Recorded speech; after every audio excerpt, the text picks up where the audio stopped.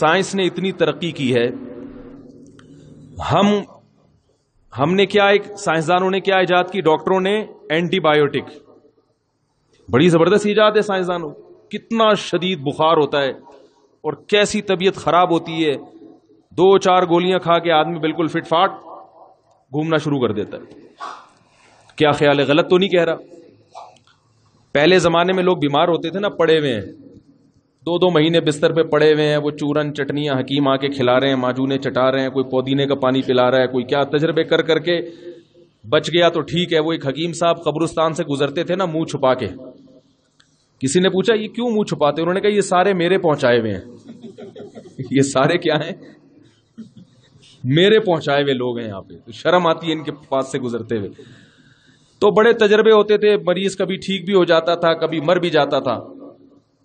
اب medical science نے اتنی ترقی کی ہے، آپ کو ایک شخص نظر آئے گا گویا ہچکیاں لے رہا ہے، ابھی مر جائے گا، ڈاکٹر ایک ٹیکہ لگا کے جاتا ہے اور آدھے گھنٹے میں وہ فٹ بال کھیل رہا ہوتا ہے بیٹھ۔ کتنی ترقی کی ہے۔ لیکن اللہ تعالیٰ نے بعض جانوروں کو یہ پہلے سے علم دیا ہوا ہے، یہ علم اللہ نے بعض جانوروں کو قدرتی دیا ہوا ہے۔ بہت سے جانوروں کو پتا ہے کہ پیٹ میں شدید درد ہو تو کون سی جڑی بوٹی کھانی ہے۔ ایک ڈاکٹر نے بتایا کہ میڈیکل سائنس میں بہت سی دوائیں جانوروں کو دیکھ کے ایجاد ہوئی ہیں۔ جانور کو دیکھا اس کے پیٹ میں درد ہے تو یہ کیا کھا رہا ہے، دیکھا یہ کھاتا ہے تو اسی سے ڈاکٹروں نے ایک دوا بنا لی پیٹ کے درد کی۔ 90% دوائیں ڈاکٹروں نے جانوروں پر ریسرچ کر کے ایجاد کی ہیں، 90% دوائیں۔ تو کیا جانور میڈیکل سائنس کا علم اگر رکھ لے تو کیا وہ اس قابل ہوتا ہے کہ اس کی عزت کی جائے؟ اچھا، یہ جو ہم اینٹی بایوٹک ڈاکٹروں نے ایجاد کی ہے، اس اینٹی بایوٹک میں ایک فائدہ ہے اور ایک نقصان ہے۔ جب یہ اینٹی بایوٹک ہمارے جسم میں، ہماری باڈی میں جاتی ہے تو یہ جتنے بھی جراثیم ہیں ان کو مار دیتی ہے، کیونکہ اس میں زہر ہوتا ہے ایک۔ اب وہ جراثیم ہمارے جسم کے فائدہ پہنچانے والے ہوں یا نقصان پہنچانے والے، یہ فرق نہیں کرتی یہ سب قسم کے جراثیم کو مار دیتی ہے۔ تبھی اینٹی بایوٹک کے جہاں فائدے ہیں وہاں نقصان بھی ہیں۔